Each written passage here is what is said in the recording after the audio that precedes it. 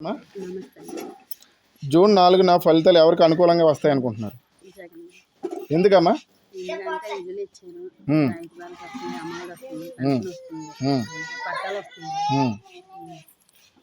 మరి మీ గ్రామానికి వచ్చి ఏం అభివృద్ధి చేశారమ్మా సంక్షేమాలను?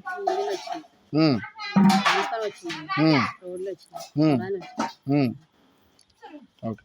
మరి గ్రామాల్లో చెప్తున్నారు జగన్ గారు ప్రతి గ్రామంలో సచివాలయాలు, రైతు భరోసా కేంద్రాలు, విలేజ్ క్లినిక్లు ఇలాంటివన్నీ కూడా అభివృద్ధి చేస్తామని చెప్తున్నారు. ఇవన్నీ నిజంగా వచ్చాయంటున్నారు?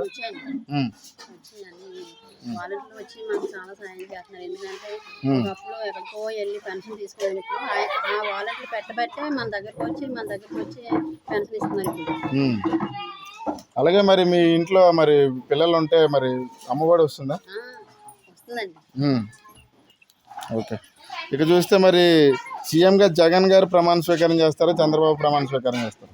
జగన్ గారు ప్రమాణ స్వీకారం చేస్తారని మేము అనుకుంటున్నాం. ఆయనే రావాలని మళ్ళీ మేము కోరుకుంటున్నాం. ఓకే. ఇక చూస్తే మరి జూన్ 9న సీఎంగా జగన్ ప్రమాణ స్వీకారం చేస్తారని వైసీపీ వాళ్ళు చెప్తున్నారు. మీరేమనుకుంటున్నారు అసలు? మేమైతే ఆయనే రావాలనుకుంటున్నామండి. మళ్ళీ ఇలాంటివి వస్తాయని మేము కోరుకుంటున్నాం.